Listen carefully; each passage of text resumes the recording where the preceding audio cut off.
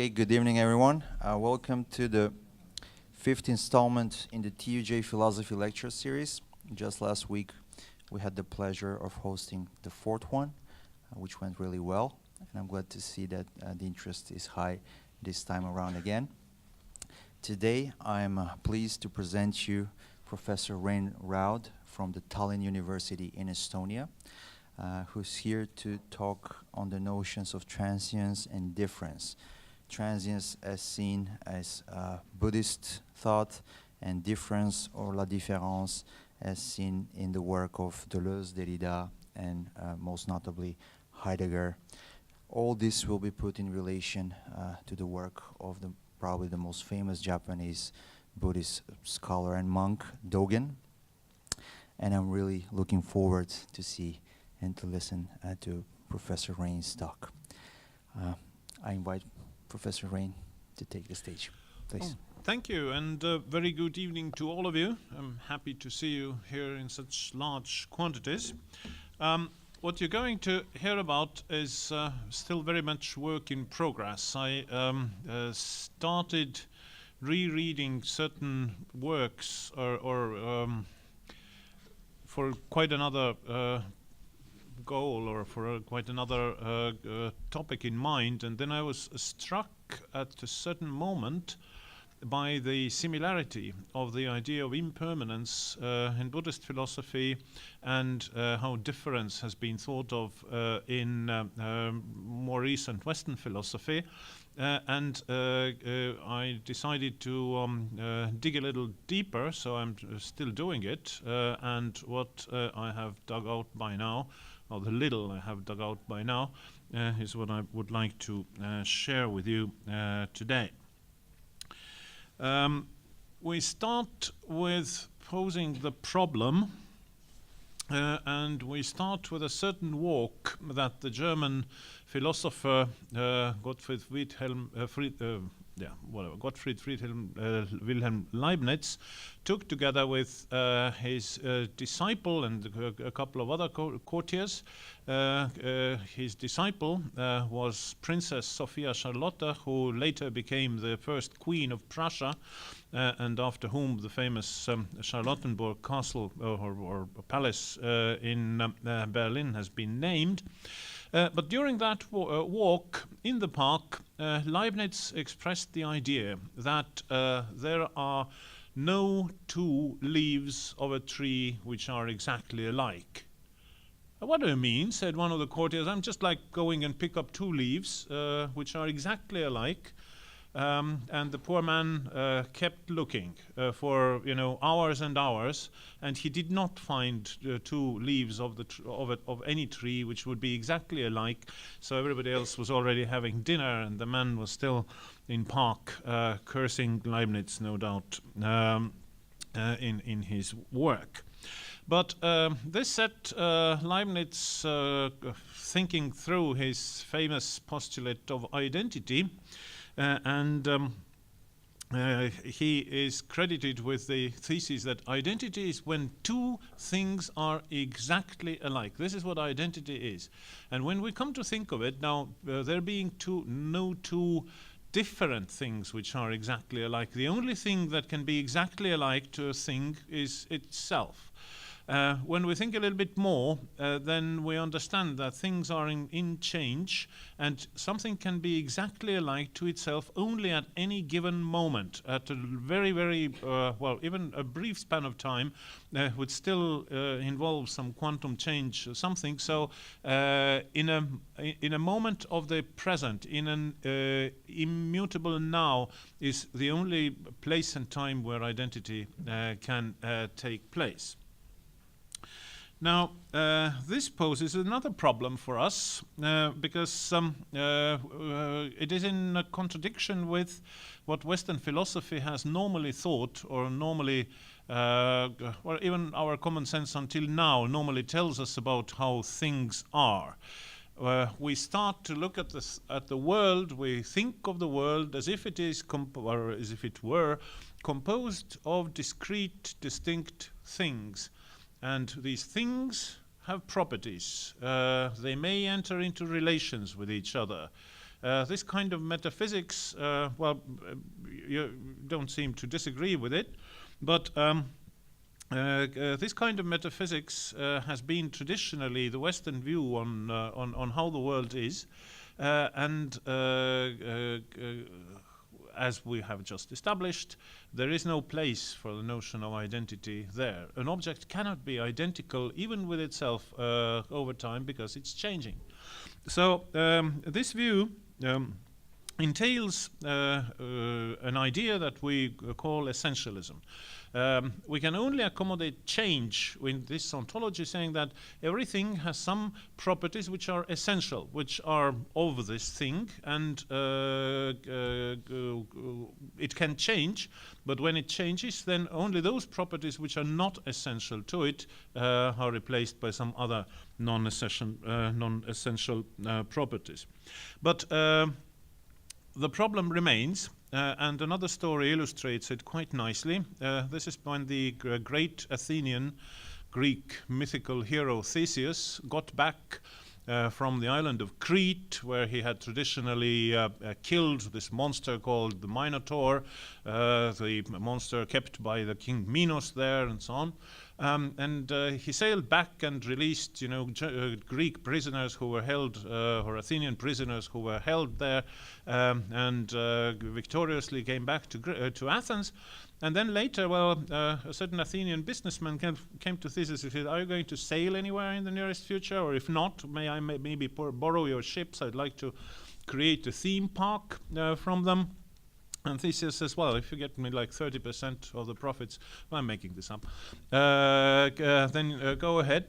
And the theme park proved to be extremely popular, so everybody wanted to go there, and some people even, got a little piece of wood from the ships of Theseus and went out and so on. So after a little while, they need to be renewed. They need to renew certain parts of the ship so that they could keep the theme park running. And then later some other parts and some other parts and some other parts. And then at a certain point, I said, wait a moment, these are not the ships of Theseus because all parts of these ships of Theseus have been replaced. But they're still selling tickets, how come? And that brings us to the problem that can we call a thing itself, even when it has changed completely, when all the parts of this thing have been replaced?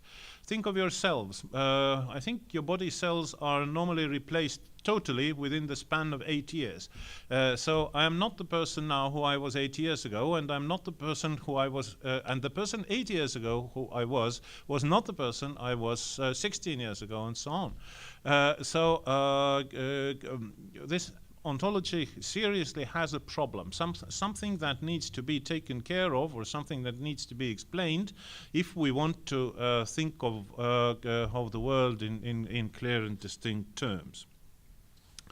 Now, in the 20th century, most of the philosophy of the 20th century has in one way or another engaged in precisely the critique of this metaphysical language.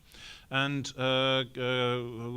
quite a few of these philosophers are saying, well, our metaphysical language, the tradition that we have received until now, is not fit to take on certain tasks that we want to undertake. And all the three philosophers I'm going to mention have had their particular, or Western philosophers, have had their particular versions of that critique. For example, Heidegger says, well, philosophy has forgotten being as such, not the being in the world of in this way or that way and so on. He called this the forgetfulness of being, or Seinsvergessenheit. Then Derrida uses in his forceful critique of the Western metaphysical language, he says, well, there is this logocentrism, the centeredness of on the spoken word, and that has to establish its dominance over everything it speaks about. Deleuze again says, well, we are thinking in terms of hierarchies, and the hierarchies, these are built like trees, where there are like higher and lower ones. We always think of in terms of genesis, that from the root comes the trunk, and from the trunk come the branches, and so on. And they were all dissatisfied with the status of philosophy, and said, well, in all, like giving them the due credit, they say Western philosophical tradition has these and these problems. Problem is they did not speak of any other philosophical tradition. They all thought or kind of thought that the Western philosophical tradition is the only one. This is one of the problems that has plagued many Western philosophers and should be taken care of by giving more space to Asian philosophy on the curricula, which is slowly happening but hasn't really happened until now. So let's look at these people in turn in a little more detail. The book of Heidegger I'm going to talk most about is called Identity and Difference. It was published in 1957, and it's a very short one, considering the bulky ones that he used to write. But he himself still thought that Identity and Difference, which is probably, it's less than 100 pages, I think, consists of two fairly short discourses. That this is the second most important book he has ever written after Sein und Zeit, Being and Time, which is his sort of magnum opus. And in there, he takes us up precisely these problems I've today got for my topic. It should be noted in advance that, or in the beginning, that he uses even a different concept. He doesn't use the word Unterschied, which is German for difference, but he uses Differenz, so that to point out that the difference he's speaking about is something quite else, or something is not the usual difference of German philosophers. But obviously the notion is still grounded in identity. He says that the Leibniz's formula, A equals A, a thing is only identical to itself, still pronounces equality and not sameness, and that if we write it down like this, we entail a pair of A's. We entail an A which is equal to A, but that other A is already different. Yes, so in this formula there is a hidden contradiction that he wants to overcome. And what he says is that we have to think of identity as a relation of a thing to itself. We have to think of an identity of a thing as its relationship to its being for oneself. Thinking and being, he says, well, he likes to quote from ancient Greek philosophers, and Parmenides is one of his favorites. And there is a fairly cryptic sentence, a fragment of Parmenides, which says, it is the same to think and to be. What does he mean by that? Heidegger explains that thinking and being are said to belong together here in the same. It is the same. The same is something that is like the ground where being and thinking both take place, and they belong together there. And belonging together, he also interprets in a rather particular way. So it's like belonging together. Well, I belong, you belong. Well, we belong together, right? But I belong to something else than you belong, but we are together in our belonging. So together qualifies the belonging. This is how this belonging together should here be interpreted. But as to the same, he says, well, we should leave it to be a bit obscure. On the whole, he characterizes his whole endeavor as ontotheology. Ontology, the philosophical discipline, the science of being. Theology is the science of about God. But ontotheology would be something that is simultaneously about being and God. And then he comes to his fairly crucial idea of how to talk about difference. Difference as such is the difference between being as this same, as this ground, and the particularity of each individual being.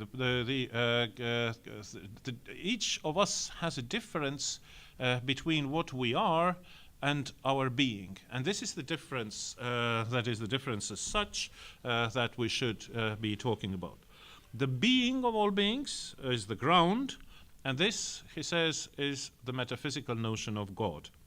The being of beings as difference as such is something that we can think about. And thinking this is what makes us human. Thinking this is what makes us like worthy of being in this world in this capacity. An example he gives is something that he takes from Hegel, actually, is that Hegel says at some point that you can go to a fruit stall, but you cannot buy fruit there. Meaning what? Well, you can buy apples, you can buy pears, you can buy apricots, you can buy melons, watermelons if you're very lucky, but you cannot buy something that would be just fruit. You cannot say, well, give me fruit which isn't a kind of fruit. And it is still more impossible, Heidegger says, to represent being apart from any of these historical appearances. Could say being it with like ideas, substantiality, objectivity, subjectivity, whatever. But being as such becomes only present as this ground of particularity, just as we call it a fruit stall. So everything that is there is a fruit, but nothing is the fruit as such. Everything is also something else apart from the fruit. And this difference between an apple and a fruit is that difference, the identity of the particular, for which being is the ground, and beings are only what is grounded. The ground, we have a new idea here, and this is something that Jacques Derrida, one of the most famous French post-war philosophers or postmodern philosophers, has a certain issue with. He accepts Heidegger's view that metaphysics, up to him or up to now, has been ontotheology, but he doesn't like that. So he's looking at a way to philosophize so that we would not give in to this ontotheological project, that we would kind of like be able to do a philosophy which doesn't need a ground where everything is grounded. In the an essay which is the introduction to his work Margins of Philosophy, he poses the question like, can one engage in philosophical thinking without being already subjected to the totalizing setup that philosophy entails? That when we are starting to do something philosophical, we are nonetheless already under the spell of the tradition of philosophy, and when we reach out in words to the things that we consider to be really important, the very reaching out of the words has already made the things disappear. It would be like a mystic who wants to experience total darkness, but in order to experience total darkness, he has to switch on the lamp, because otherwise he won't see it. And that is the problem that Derrida says philosophers have. They want to get to these ideas, but when they get there, with the help of their instruments, these things are already gone. And what he says, the first thing is that we need to do is to overcome this power, this philosophical power, hierarchy, which is this fundamental ontology, including Heidegger's, and also another kind of power which he calls envelopment, which is that we always need to see a whole behind particulars, and which are the parts of that whole. So the notion Derrida offers to us is différance, and that is something that cannot be really translated because when we say différance, we pronounce it as if it were written as the French word, which is also pronounced différence, obviously, and means difference. But he writes it differently. He uses an A, the fourth letter from the end is an A, where normally in this normal French word there would be E. So the difference becomes not difference, but differing, the act of differing, the process of differing, the ongoing process of differing. But he doesn't even stop there, because the French word différer, to differ, has two meanings. One of them is to differ, the other is to defer. So différence also means like deferring. It means differing and deferring at the same time. And the beauty of it is that the French word, when written down as Derrida does it, precisely grammatically actually expresses these meanings. It's just that you have to do some intuitive work with your mind in order to get close to it. So the opposition that we could call there E/A is the expression of the opposition between what you can point to and what you cannot point to, but it has already escaped. A fixed correspondence between words and reality, and a sort of fluid ambiguity which Derrida is very much fond of.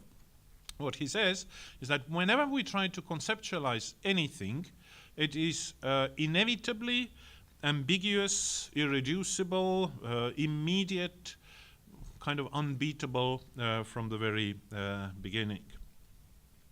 Here's a quote on his one of his rare moments of lucidity. What is written as difference, then, will be the playing movement that produces, by means of something that is not simply an activity, these differences, these effects of difference. This does not mean that the difference that produces differences is somehow before them in a simple and unmodified, indifferent present. Difference is the non-full, non-simple, structured and differentiating origin of differences.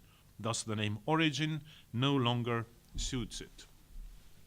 Reading Derrida can be a very, how should you say, well, not necessarily painful, because you don't feel physical pain, but very tiring or very tasking activity. And when you get to it, then it's like just beautiful, you know, like there are criticisms of postmodernism voiced, or postmodern philosophy voiced, saying, this is just like all kind of like some kind of mumbo jumbo, no heads and tails of it. It's completely rational, but it's another story. But I think that there is some kind of academic politics, French academic politics behind it, why they write that way. But they also want to write with maximum precision, without compromise. That they write exactly how they want to write, and therefore this is the result. But when you then look at it like in a kind of like a crystallized way, it actually makes sense. And you get addicted, yeah? I don't know how many people smoke here. Times have changed. Students smoke less and less. But it also, you know, gets, you need some time getting used to smoking, because in the beginning you have nausea, and then later you can't really like get by without having a cigarette. Now and then I think it's a bit like that with French postmodern philosophy as well. So, as Derrida shows, we do not think freely until we need a fixation of where our thought begins. And these particular differences we can talk about, they are nothing except just like the surface of an always antecedent, always pre-presence, always before an opposition of presence versus absence. You cannot refer to them, they are groundless. This Heideggerian ground is like a non-issue there, because if you look for a Heideggerian ground of being, you're actually formulating the problem in a bad way. So ascribing agency or causal power to difference would reinstate this hierarchy he wants to get rid of. But what we should still note is that there is a we who is in play. This we who is doing the thinking and describing, a certain consciousness or a certain center of consciousness which has not been given up even while the ground has been driven away. Deleuze, quite a different thinker, but in whose especially earlier thought the notion of difference also has a really important place. Deleuze starts from a critique of these arborescent hierarchies, this hierarchical thinking that wants to put things in order and so on. And he suggests another kind of connection, a networkish connection. He calls it rhizome. Rhizome is like a labyrinth where every point can lead to every other point where there is no center, where there is no order, like the things that mushrooms, or what we call mushrooms, have like under them in the soil, and any point of it is equally central to the whole network as any other. Such things, these rhizomes, are for Deleuze the only appropriate way of organization. Now, he also proposes a different ontology, something that totally rejects this sort of Aristotelian tradition I was talking about earlier, an ontology of multiplicities, about assemblages, about becomings. You can never be something, you're always in the process of becoming, you're becoming something else, and importantly for us, of intensities. Intensity is, or intensive and extensive properties, is a difference made by Richard Tolman in 1917, which Deleuze has picked up. And the distinction is that, well, all the properties that things have can be divided into intensive and extensive ones. Extensive ones change when the thing is, for example, cut up.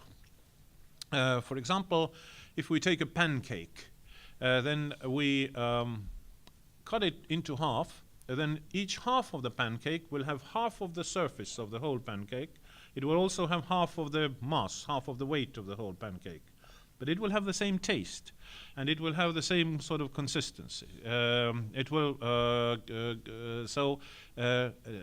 taste and consistency, or hardness or softness, these are intensive properties, and extensive properties are those that change, that you cut it by half, it's smaller, right? So big, small, size, and extensive properties. So intensities for Deleuze are sort of like points in the becoming of a thing between which this thing occurs as a sort of a process. So when Deleuze speaks about being, in particular in his earlier work, he borrows a phrase from the medieval scholastic philosopher Duns Scotus, and says being is univocal. It is univocal in the sense that it is not unitary. It is not self-identical everywhere. It's not undifferentiated. It is itself engaged in the act of differing, but it has a certain unity in its univocality.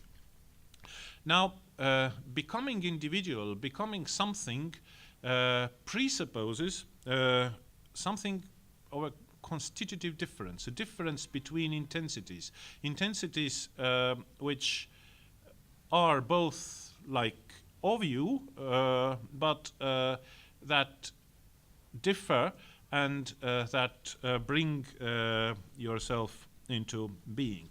Let's take, for example, the lightning.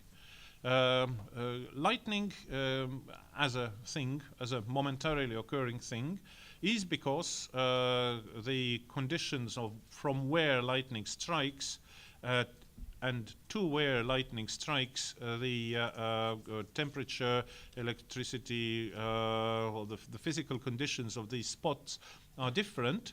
There is a difference between them, and this difference makes lightning appear.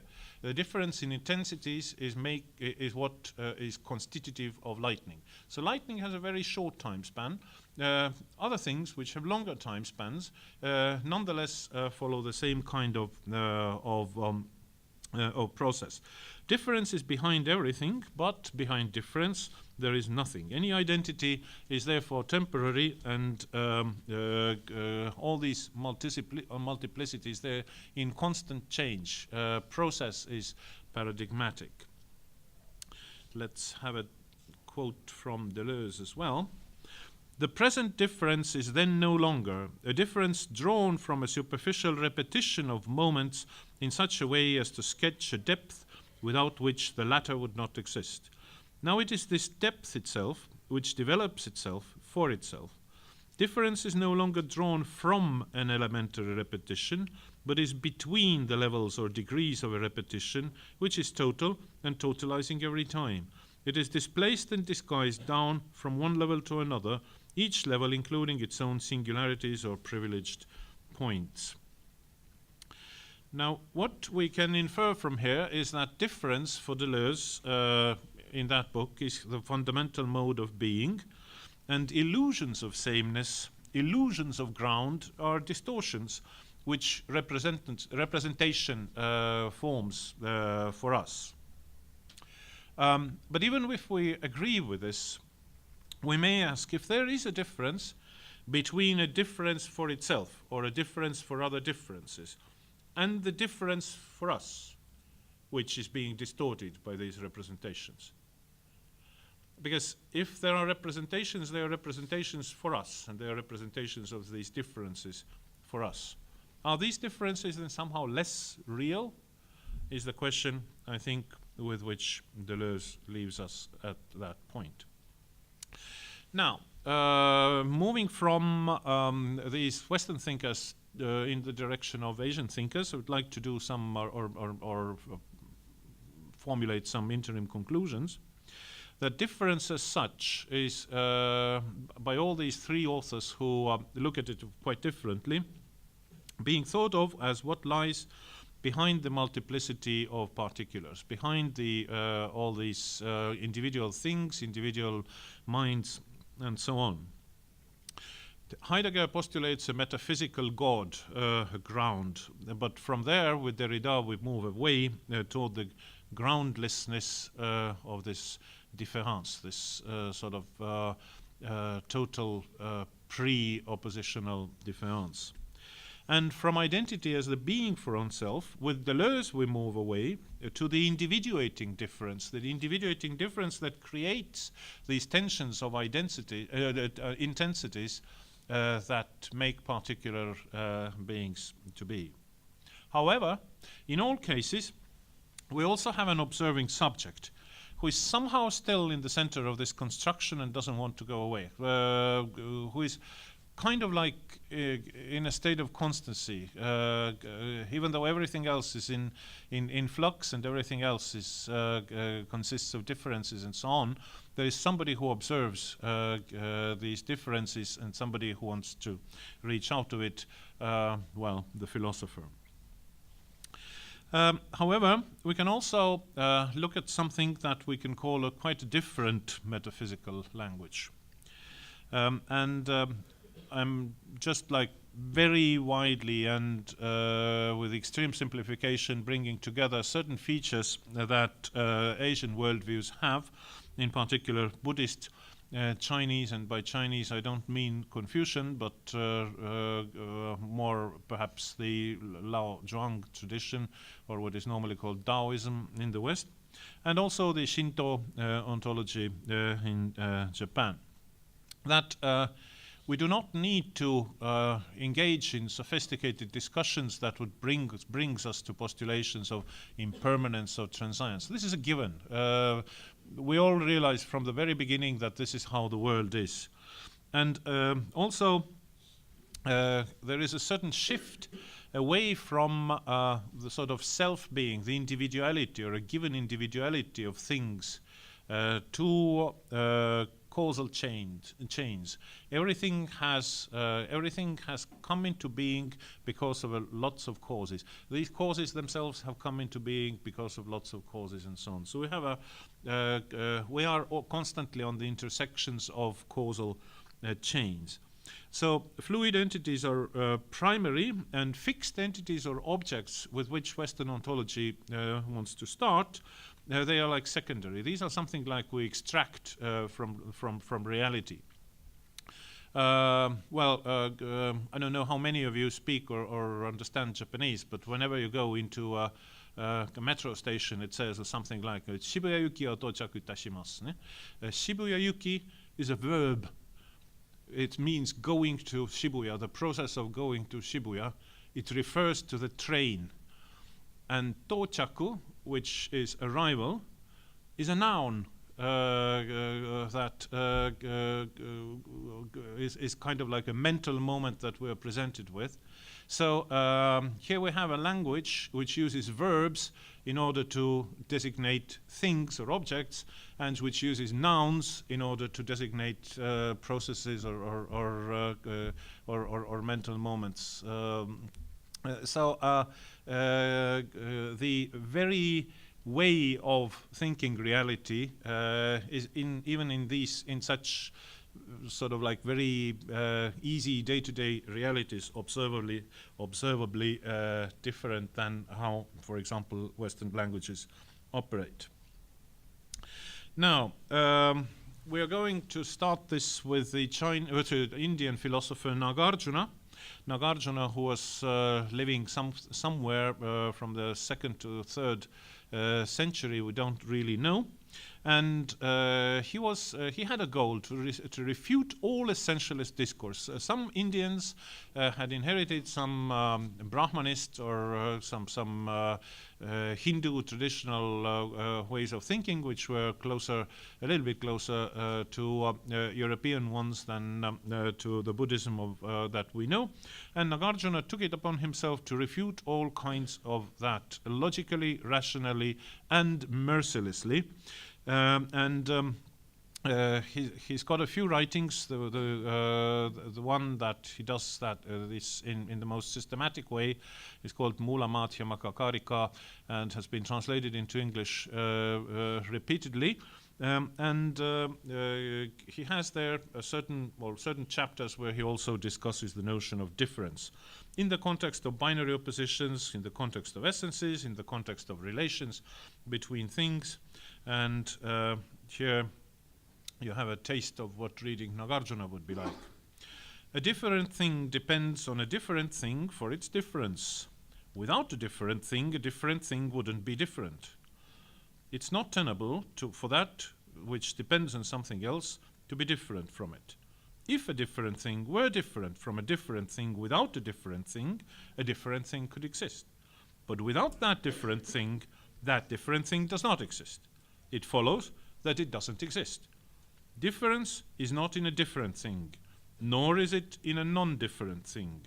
If difference does not exist, neither different nor identical things exist. Quite obviously, this has to be read much more slowly and with a commentary, which explains how you should understand each of these mental operations. But when you do, they do all make sense. What you get, however, is that the difference in this sense that Nagarjuna criticizes it, based in binary oppositions, it relies on the alterity of its counterpart. If you say that A and B are different, well, A is different from B, you already need a B. You already need the difference in B. Is the difference located in B? No, it isn't, because if you take B and say, well, B is different, how it is different? It's different from A, but then you need this A. Well, bring back the A. Where did you put it? Say, well, okay, so we now have both A and we have both B. Well, different, yes, but where is this difference? It's in neither. Is it between them? Is it in the way how they relate to each other? Then it becomes a relation, and then we go through that again.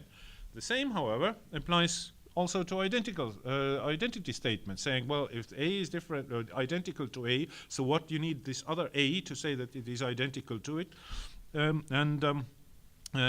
We can't also have these essential differences between things, because it presupposes that things have essences, which have also no reality, as we can see, and relations presuppose difference, but we haven't established difference as a self-standing thing on which relations could be relying. So on the whole, we get to a point where difference as this Aristotelian, or in this Western sense, has been refuted. I would go as far as to say that the Deleuzian difference, this constituent difference in a thing, or the Derridian différance, has not been refuted by Nagarjuna's arguments, but, and I'm not alone in this, there's quite a lot of people who have come to the same conclusion, that what Nagarjuna says is extremely similar to what both Derrida and Deleuze are trying to express. The difference that matters to Nagarjuna is actually between two kinds of truth. There is the ultimate truth of things as they are, and then there is the shared truth of things as they appear. And they're both truths. It's not that one of them is better than the other. It's just that we have to understand that when we are speaking to each other in terms of shared truth, like saying, well, it is not true that an elephant is going to walk through this room in 1 minute. Well, let's see after 1 minute whether I was correct or not. But when we speak to each other in shared truths, our sentences do have truth value, but they are not speaking about things as they really are, because this language of shared truths with its truth values just doesn't reach that far out, just as Derrida said. Walking between these, making the distinction of shared truths and ultimate truths, being able to understand what we're saying, that what we're saying commonsensically can be true, but it doesn't reflect things as they are, is precisely the middle way, or the teaching of the Buddha, as Nagarjuna has understood it. Now, going further, there is an important text called the Heart Sutra, the Hanya Shingyo. Everybody who has come into contact with Buddhism in this country probably has had a certain experience of it. It has traditionally been thought that this is a Chinese translation of an original in Sanskrit, which has also been translated into Tibetan. But recently, Professor Jan Nattier has, for me, quite conclusively shown that Heart Sutra has actually been written in Chinese. It's a Chinese original text. However, it has not been it has been composed in Chinese. It hasn't really been written in Chinese, because it contains phrases which are taken from a really, really long text, a Chinese translation of an Indian sutra called the Panchavimshati Sahasrika Prajna Paramita Sutra. Even the title is long. Think of what the entire book would be. So Kumarajiva, who did the translation, had certain extracts there, which later in the 7th century, presumably Xuanzang, took from there and put together and said, well, this is the Heart Sutra. This is the sort of core teaching that we need to know. If you don't have time to read this whole, long stuff, you take this, it's okay. And then later, some Indians says, oh, okay, they have this Heart Sutra. So we have maybe lost it, so maybe we just pretend we haven't lost it. We translate it back from Chinese into Sanskrit. How do they know that? Because the Chinese of the Heart Sutra and the translation is identical, but the Sanskrit and Tibetan are not. And you cannot get an identical Chinese translation from two Sanskrit originals which are considerably different from each other, but which still express more or less the same content. Well, for example, Chinese doesn't have plural, One Sanskrit original has plurals, one has singulars, right? So it's things, translators' choices, which usually lead to some kind of, well, not serious mistakes. You just have to choose. If you, in Sanskrit, you have to know if the word is in the singular or in the plural. Both make sense. You choose one or the other, doesn't matter. But we can quite confidently say the Heart Sutra is a Chinese text. What it also does is that it launches a certain small particle, which is T in Chinese and Soku in Japanese, into the status of a logical operator, which characterizes immediate identity, something that is identical even before we have the time to say that. The most famous verses of the sutra run like that in Japanese.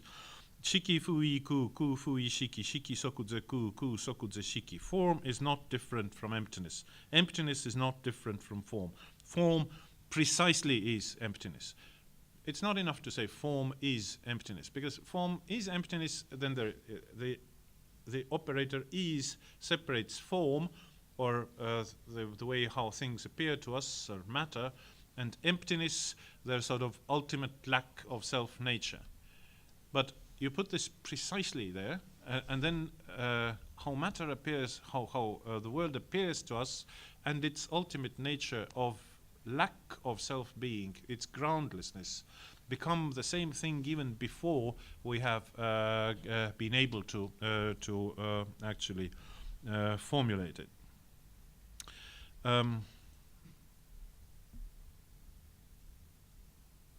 The two first verses of this, there is no difference. They refute this classical way of thinking of difference between emptiness and form. But the two second ones establish the conditions of impermanence. Impermanence as the fundamental mode of being. And we can fuse this fundamental mode of being to be the same thing as difference as such thought of by the postmoderns. Well, the sutra goes on to say all dharmas either have the mark of emptiness or are empty of marks, do not arise, do not perish, not defiled, nor pure, do not increase, do not decrease. Dharmas are the minimal carriers of existence, dimensionless, without any temporal span, not appearing, not going away, and so on. Very difficult to imagine unless you are a fan of quantum physics, where the quantum vibes are described in more or less similar terms. These minimal units of existence in Buddhist philosophy are beyond all binary oppositions. And we should also add, they are without materiality or ideality. They are not, this opposition also doesn't imply this minimal existence are or consist in pure impermanence. When we now move to Japan, one person we have to mention is the 9th century Buddhist thinker Koo Chi, who is the father of the Shingon school in Japan. He, as a relatively young monk, went to China, studied with in a temple of esoteric Buddhism there, and he was so good that he was given the title of the head of the school, with which he came back to Japan. So the school died out in China, but continued to live in Japan. Well, Koo Chi's esoteric Buddhism is a tricky thing, because sometimes it seems wholly rational, and sometimes it seems completely bonkers.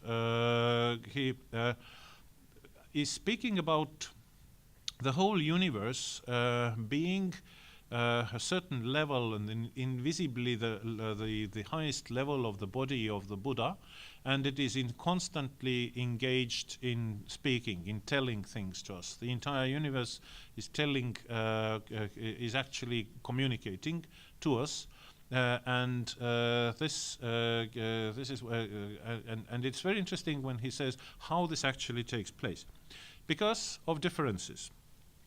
He says, well, what defines a phenomenon is its difference from others, and not its similarity to others. So what we have as things, they come into being in opposition to other dissimilar things, which is, first of all, this makes them empty of any self-existent, and also makes them an instance of signification. Everything that differs from anything else is a sign, a mark, where this difference is situated. So there is no gap between meaning and being in Koo Chi, which is one way by how we can actually read the sentence quoted by Heidegger from Parmenides, that there is no gap between thinking and being. And also, in this view, we can see the beginnings of what two great founders of semiotics, the French linguist, Swiss linguist Ferdinand de Saussure, and the American pragmatic philosopher Charles Sanders Peirce said. For Peirce, the universe consisted of signs. Everything could be interpreted as a sign, and he had a tripartite structure of a sign, and so each sign was also related chainfully to other signs and so on.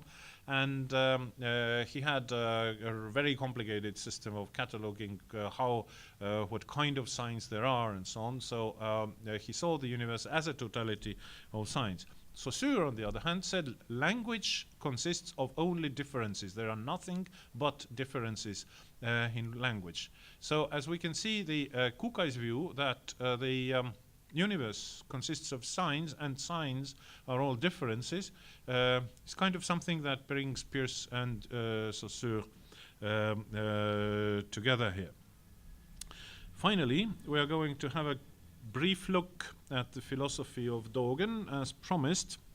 And again, Dogen is a 13th century Japanese thinker, also studied in China, also worked in a very complicated, difficult period. And he developed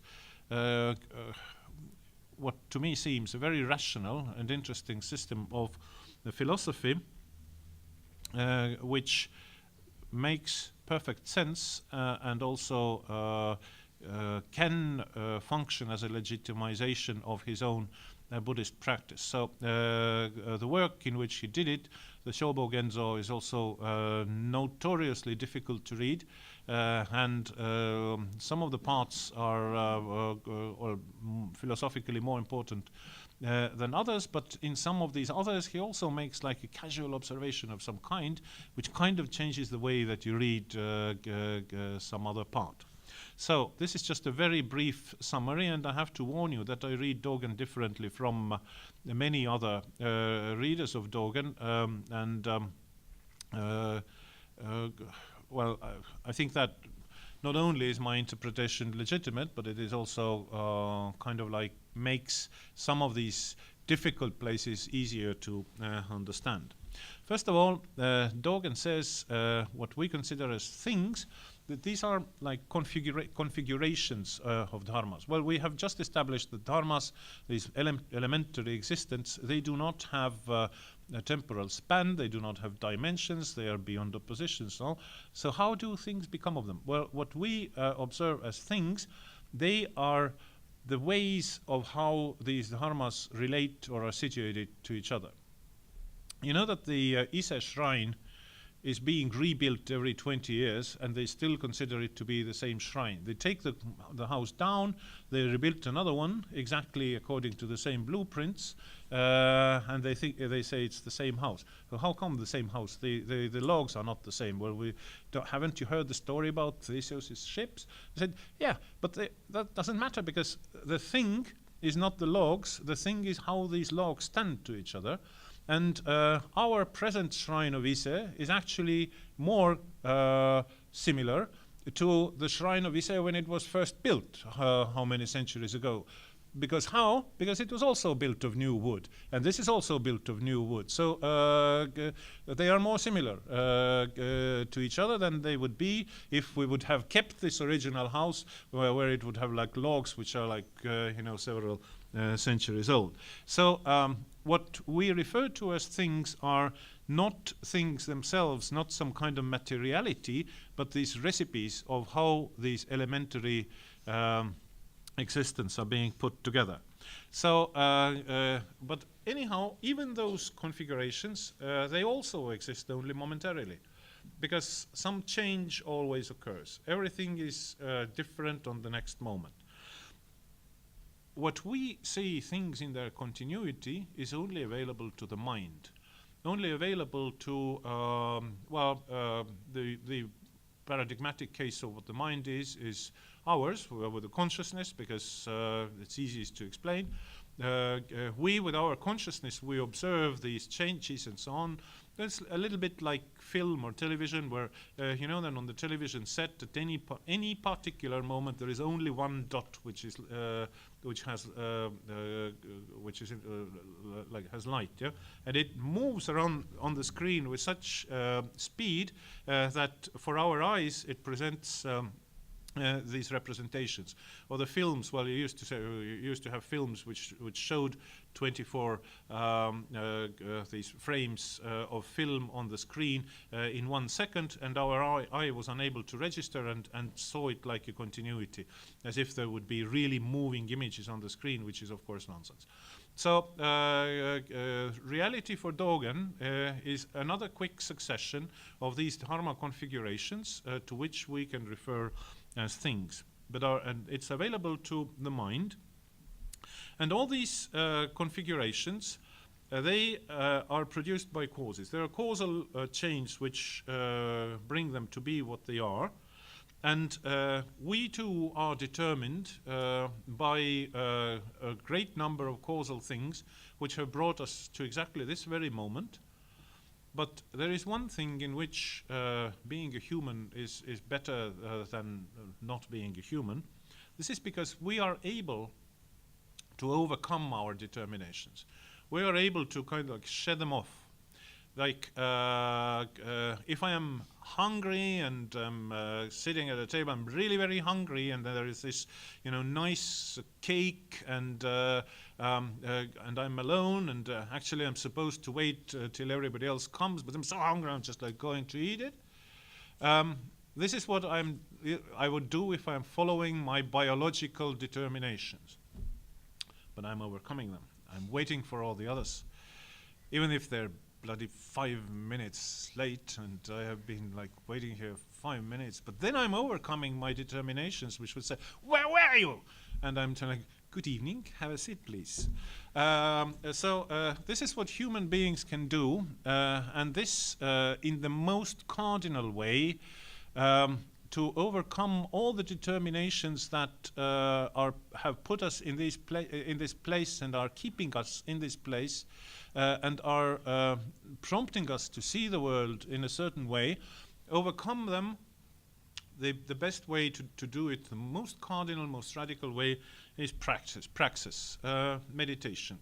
And Dogen says there is no gap between enlightenment and praxis. Well, when you sit in meditation, you are the Buddha. You're enlightened. There is no long period of study. It's just like you sit in meditation and you're already enlightened if you do it correctly. Otherwise, if you're like sitting in meditation and like looking at your watch and like, okay, I promised to meditate for 15 minutes. It's 13 minutes past now, so maybe he will probably know, so I'm going to do it 2 minutes more. If you're doing that, it's not praxis, because you may be physically sitting, but you're not meditating. Yeah? You're not giving up you're not overcoming your determination, so to say. You're not letting go of your mind. You're not thinking of non-thinking.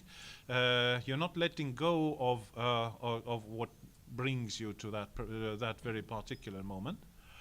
On the other hand, when you have learned that, then you can do everything else, and it will still be praxis. You can go shopping, and it's still meditation. You can eat that cake, and it's still meditation. If you do it with the same attitude, with the same mindset that you have acquired when you let go of these determinations that made you.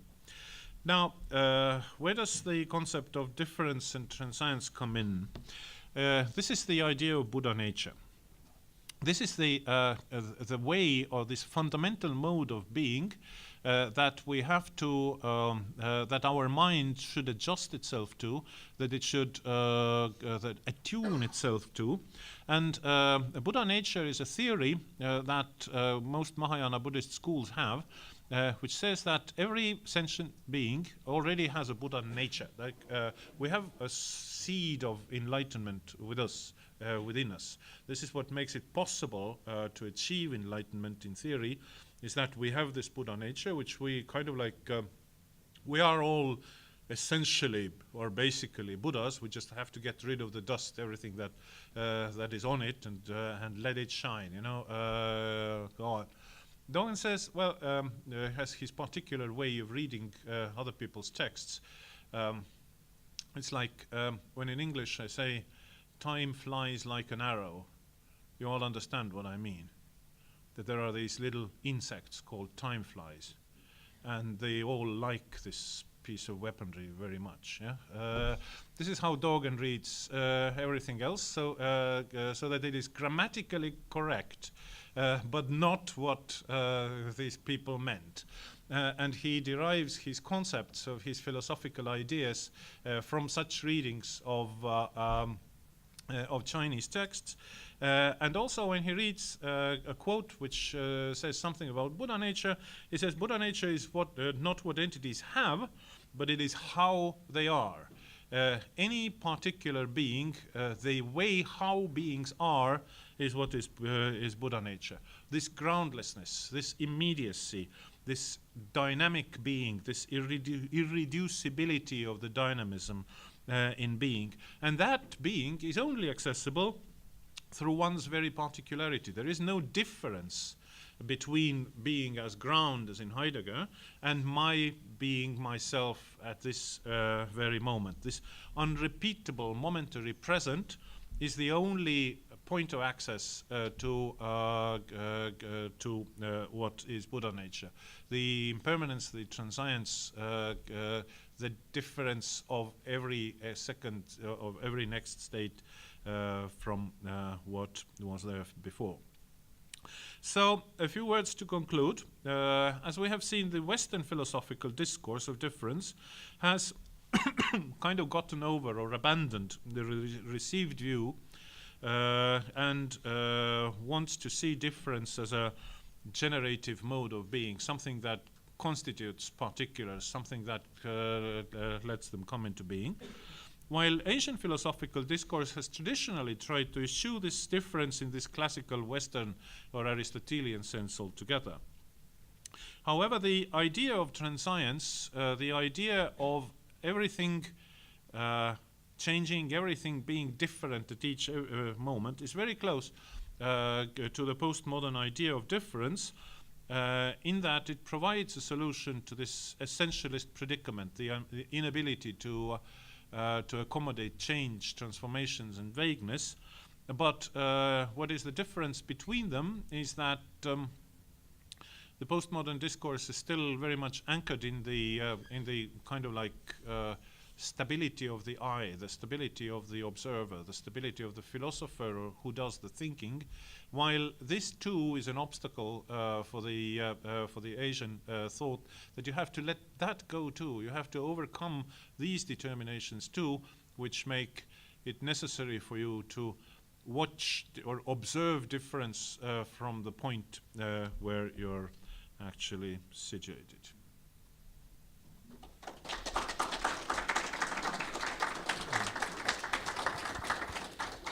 Thank you very much. I would like to thank Professor Raud for this really, truly informative and well constructed talk, since we covered a lot of topics all within 1 hour, starting from Heidegger and Derrida and Deleuze, going all the way to Asian concepts of transience, and ending now with Dogen. Now we'll have a Q&A session. I would like just ask for the mic. It will come to you. And please stand up so that we can all see you when you give your comment or question. Thank you. So let's begin. Okay, thank you so much for coming tonight. I did have a quick question. So when it says during the PowerPoint, it gave a quote saying the difference that matters is between kinds of truth, the ultimate truth of things as they are and the shared truth of things as they appear. And so when we look at the ultimate truth of things as they are, if there is a difference in things as they are through the passage of time, then how can we know what the truth of things are? Well, we cannot know it discursively. We cannot formulate it. We cannot share that knowledge because when we share that knowledge, it's a shared truth.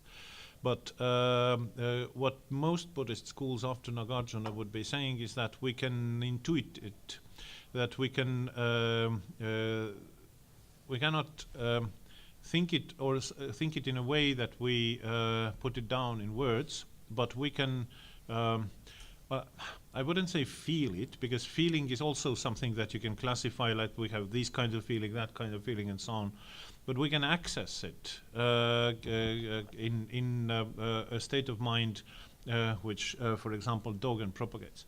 But there is also a really interesting thinker called Dignaga, who is in the tradition of Nagarjuna, but who lived a couple of centuries later, and he accepted Nagarjuna's argument that we cannot formulate statements about things as they are, because we can never know how things are, but we can formulate statements about how they are not, statements in the negative about how they are not.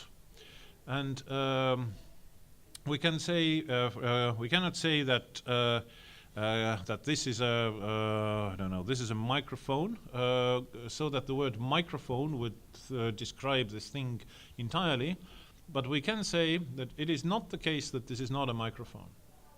And in that way, Dignaga has provided us with a loophole of how to get out of this logical sort of dead end. Well, just to give you some other examples. For example, we cannot formulate what is justice. We cannot write it down what is just so that it would be written down and we could always abide by this code because this is the eternal definition of justice and so on. Because people would disagree and they would say, well, but in this case this is not justice and something like that. But all these people would probably agree that these and these things are entirely unjust.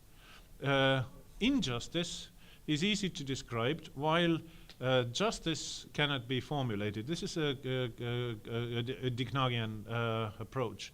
Or again, something that Clifford Geertz used in one of his lectures. He said, like, anti-essentialism. He said, like, when I say that I am against the prohibition of abortions, this doesn't mean that I think that abortions are a wonderful thing and I would encourage everybody to do them. But I am against their prohibition because I think that the prohibiting abortions is a really wrong way of going about it. This is also a classically Dignagian move. So Dignaga has provided us with a kind of a logic which can go beyond this this Nagarjuna's opposition of shared and ultimate truth, so that something stable can also be said about things as they are, but only through denial, right? Then again, the Chinese Buddhist school of Tiantai, which is also present in Japan, called Tendai. The Japanese Tendai is not exactly the same thing as the Chinese Tiantai. It's based on it. The classic of Tiantai, Zhi, wrote that there is a third truth, which is that there is no difference between shared and ultimate truths, not in their truthfulness. The middle way of walking behind them, well, the middle way is the teaching of the Buddha. It's obviously the truth, right? So, but it's neither the ultimate nor the shared truth, but it's the third truth. which encompasses the other two. So that too would be a way of getting out of the predicament that Nagarjuna has created. So as you can see, people over the centuries have given this matter a lot of thought and have provided us with fairly ingenious explanations. Yeah. Okay, thank you so much. Thank you. Hello. So being mathematics major and computer science major, information theory is very important to us. So information theory defines difference and uniqueness. Obviously, as you probably know, that information theory defines that something has more information if it's more unique. If it's not constantly used, something is constantly used again, it loses information. It's less important. So what do you think about that? What do you think about the mathematical definitions of difference? Well, mathematics is a discipline or a science which has been, which has certain goals in mind, which are where there is a partial overlap with philosophy, but and there are more mathematical philosophers, and then there are less mathematical philosophers. But yes, information theory. Well, this particular piece of it is probably not so relevant to the topic that I was discussing, but there is another issue which has been frequently brought up as in that. But mathematics is formulating truths about things as they are. Well, mathematical equations, they hold. They can be proven within these systems and so on. So first of all, there is Kurt Gödel's incompleteness of arithmetics theory, which is which shows that every mathematical system has to have a kind of like a contradiction or an inconsistency somewhere there at its base, because otherwise it just wouldn't work. But there is another one which then I say that, and they said, yes, but 1 + 1 = 2, not 10, doesn't it? They said, no. There are conditions under which 1 + 1 = exactly 10, which is the binary system. So if we want to use a language to formulate truths, we cannot do it, because a language is already being situated in a certain set of conditions, in a certain set of conventions, and these conventions we agree upon, and where there is human agreement, then there is already, lots of other things which take us pretty far from where we can speak of eternal self-identical truths as if they were formulated in language.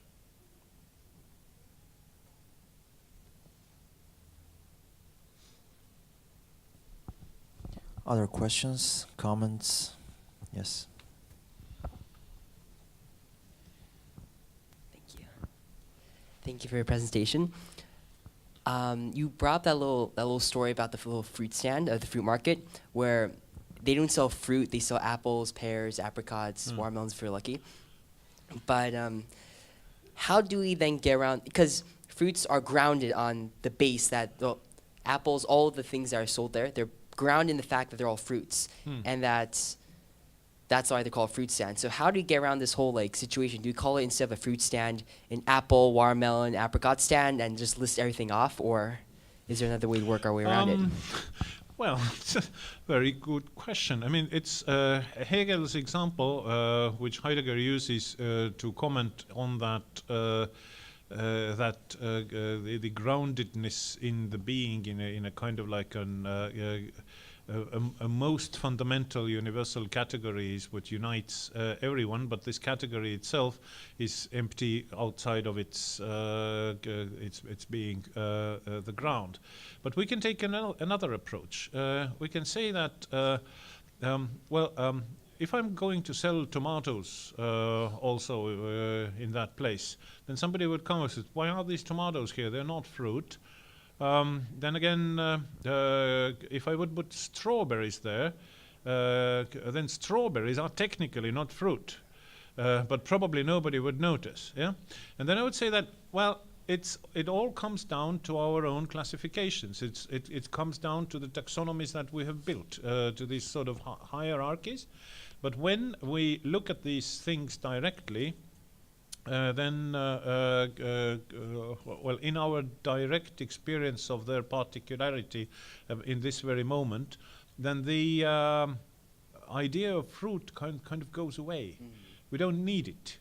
There are lots of ideas which have had a similar and even more radically defining importance in the history of humanity, like ethnicity, race, which are all constructions that we can live without, and which are predicated in that some characteristics of us as humans are more essential and carry more weight than others, like kindness or cruelty, and in that sense we should we don't need them. And to say that all fruit being grounded in the category of fruitness, we can also say that no, we have just invented the category of fruitness as a sort of a biological, or we have taken this biological provenance as a defining category of these things which taste really differently, and we therefore put them on sale in one place, from which we exclude some other things which are biologically not fruit, but could still be there. Well, thank you then. Thank you.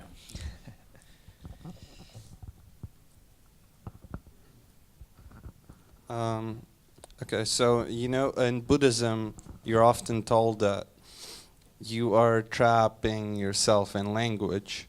For example, you can't achieve enlightenment by just. That's why in Zen you're told to not think, when you're meditating, as opposed to in other traditional sects you do repeat a mantra or something. So what do you think? Do you think we are possibly trapping ourselves by definitions? For example, by rebuilding the ship or rebuilding the temple, do you think it really matters, as opposed to what it really represents? Well, being trapped in a language language is an instrument. As long as we understand that, it's fine to speak. But as soon as we start to think that language is the adequate and precise reflection of how the world is, then we are trapped in the language, and then our speaking becomes kind of normative. It becomes something that defines or has more power over us than it should necessarily have. And therefore, trapped in language, it doesn't mean that you have to kind of throw away language and so on. It's like language is a little bit like alcohol. Yeah, if you drink way too much, then it is bad for your health. But when you have, a glass of good wine with your dinner, then it actually enhances your dinner. If you use it as an instrument for enhancing your dinner, it's okay. If you're being dependent on it for being able to function, then it is not okay. So if you should be in command of language rather than language in command of you, and that's the idea there. There is actually a nice quote from a work called Saga Nikki by the Japanese poet Basho, and he very much admired a medieval Japanese poet, another very famous one called Saigyo. And Saigyo was famous for, first of all, he lived in an age where the poetry was really complicated. It had all kinds of, metaphysical and other implications and so on. And Saigyo was traveling around, and Saigyo was also bringing this sort of nostalgia or this simplicity into his poetry. And he had a special term called, there is the Japanese word sabi, which means both rust and loneliness. And that like you live in a mountain village and there is nothing like beautiful there. It's just like all these autumn leaves, they're brown and like rusty, and you're also lonely and so on. So everybody else thought that this is just like really awful. But Saigyo said, no, there is a certain wonder in this rusty loneliness. And he has a famous poem which ends with the lines, well, if it would be impossible to live here if not for this rusty loneliness. And then Basho is writing about Saigyo, whom he very much admires, and says, well, if somebody wants to save money and more money and so on, then he has made money his boss. When somebody drinks and cannot stop, then he has made the drink his boss. But now when Saigyo is writing about it would be impossible to live here without his loneliness, this rusty loneliness, he has made this rusty loneliness his boss. And given that how much Basho admired Saigyo, this is really a strong pronouncement because it means that even this poetic ideal, this exquisite beauty in the simplicity and so on, which you could say that there is no essentialization here or nobody's boss here and so on. Even so, when your attitude becomes, when you become too strongly dependent on it, you are entrapped by it. So don't be entrapped. Don't let anything entrap you, right? It's the basic message. Good afternoon, sir. My question is, we presented with the concept of meditation as a means of attaining the level of enlightenment and shedding what we perceive as permanence. Do you have a more practical way of approaching this, or is meditation the only sole way to attain that enlightenment? Well, it's not me, it's Dogen, whom I referred to. I don't personally think that engaging in very complicated exercises like that is something that, because you make them your boss, you know. Most people in the West who say, well, I am Buddhist, I'm sort of like prostrating myself before three treasures, everything like that, they have made this, well, Buddhism is about letting go and not getting something to cling to or hold on to. And they're like holding on to this, to what they have learned about Buddhism, which is precisely the opposite of what Buddhism tells them to do. And therefore, yes, I think you could call it something else. You could call it like listening to yourself, or sometimes when you read poetry, for example, or when you hear really good music, then you understand that you have this sort of aesthetic experience of perfection, which is in which you are letting go of yourself as well. So yes, I would say that just like you know, listening to yourself, letting go of these things, and instead of doing some really rigorously defined meditation exercises, is actually the way of getting this access into your particular being here right now place. Yeah. Thank you. Are there any women in your field in Buddhist and postmodern philosophy? And if so, how the way they perceive what you are studying, is it any different? Do you think that there is a difference? Well, I understand Jean Park has been here to speak about a fairly similar topic. Well, she was speaking about Derrida and comparing him to or his thought to Buddhist ideas, and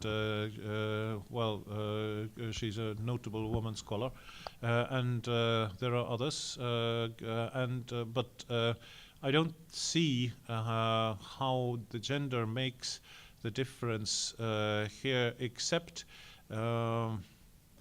when there are specific gender studies issues that come up. And for example, there is a lot of that in Buddhism, because there are some Buddhist texts which are clearly misogynic, and others. For example, Bankei has a famous place where a woman approaches Bankei and asks, is it possible for a woman to be enlightened? And Bankei looks at her and says, well, since when have you become a woman? In the sense that since then, when is this label of woman started to define you somehow, essentially? And I think I'm going with this latter attitude, that labels such as woman and man do not define anybody essentially, but that they are fairly toxic cultural constructions somehow, in that they can be used in order to enforce hierarchies and enforce attitudes, traditions, and such violent structural injustices in society, just as race or ethnicity and so on. And it is important to let go of this toxicity of them, but also important to get to keep them in focus, which means that we cannot we cannot say, well, let's forget all these concepts, because when we forget them, it is very easy for them to come back through the back door, and because we don't notice them. Right? This goes back to the example that Professor Raud gave with the analogy between alcohol and language. Again, language can be toxic, right, as Professor Raud pointed out, and that goes for any notion and construct and idea that is man-made. So we need to delineate between truth, which is a property of human language, and which defines those essences, right, that we are so keen to take at face value and to identify so easily with, and rather than put the notion of difference that will differentiate between what's been man-made and again, learn how to live with it and how to use it as a tool rather than simply identify with it. And it's a trap in a sense that we're all falling into since birth. But I guess Professor Raud has given a rather extensive explanation, and which does not there's no favoritism here to any gender, and I completely agree that we cannot become enlightened neither as man or woman in this sense. It's not via gender that we become enlightened in this sense. One more comment, if Professor Raud allows, I would like to make, rather a question. Are you familiar with the work of a French young scholar, a disciple of Alain Badiou, Quentin Meillassoux? Yes, I've read the After Finitude, a book. I don't. Well, it's an interesting book to read, but I think most of the claims he makes can fairly easily be overturned, because he has an irritating way of putting his arguments, saying that if you think this, or then you also think this, and you also think this, and I can easily give you examples that no, I do not. I mean, I do not agree with what you say to point A, but that doesn't mean that I have to think like in point B and point C. Yeah. I was actually more interested into analyzing his notion of correlationism, Yes, Because we were discussing Parmenides, thinking and being, Heidegger and Kant, which was probably mentioned, but we didn't go deeply into it, and as it's the access that we might or might not have into when we speak of essences, this is what I would like our students to understand, is that what is known as the thing in itself. Can we actually access and understand and comprehend and relate to what's known as, what is referred to as a thing in itself? This is the identity that Professor Raud was trying to explain at the beginning of the talk. Since there's this identity between thought and being in Parmenides, rather, again, relating to not solely language, but probably language would be the device which we will use, the instrument, in order to deploy this. Meyasu advocates that we have never access to neither of those two separate from one another. What we only have access to is the correlate. So neither being, neither thinking, but the correlate of thinking and being, which means this rather kind of encloses us into yes, and this is something that he wants to reject. So correlationism is his sort of enemy all the time, and he brings up this these arch fossils or something that has been found by these archaeologists that comes from before there was life, right? But when Meyasu speaks about like he speaks about the universe, says the universe is like 13 or whatever billion years old, and wait a moment, year is the time that the Earth takes to go around the sun, right? But the Earth is only 4 billion years old. So 9 billion years, we still measure in years, which is a unit from our language, and we measure it in seconds and so on, and so forth. And how can we even envisage this time, like really get access, like a mental access to this time, if we operate with these categories that are from our language here, right and now? But he also he repeats one of Badiou's cardinal mistakes in that saying that being has to be presented to someone. While I am totally fine with the theory of panpsychism, for example, as Skrbina proposes, and which also Meyasu's great admirer and friend Harman comes to advocate in the end, because it has a fairly similar idea with Dogen's idea of mind, because mind is not identical to consciousness. Mind is what gives continuity to the transient states of being. So stones can also have mind, and there is a mind to stones and so on. I wouldn't go so far as to say that there is a psychological or psychical process in a stone and so on. But there is a certain point of contact from there to the panpsychism. But if we accept that, then all the predicament with presentation of being to consciousness and so on goes away, because it's just not necessary. There's a good critique of Meyasu's understanding of correlationism, but I don't remember the author right now. I can check it out later and maybe send to you if you want to read that. Yeah, I would like that very much. I was just interested in how would this relate to the problem, the correlationist kind of circle in relation to what we were speaking earlier. But I think that he has formulated this falsely. That this correlationist circle is not really a problem. The problem is how Meyasu has formulated it. Yeah, of course there are a lot of critics, but still this is considered his major contribution, and I still think it's somewhat relevant in what you were saying earlier. Well, I guess that's all the time that we have for tonight. If you still have further questions or comments, feel free to step forward and ask Professor Raud further questions. But I'm afraid that we'll have to close this session for tonight. Thank you all for coming tonight, and looking forward to see you next time. Thank you. And thank you, Professor Raud.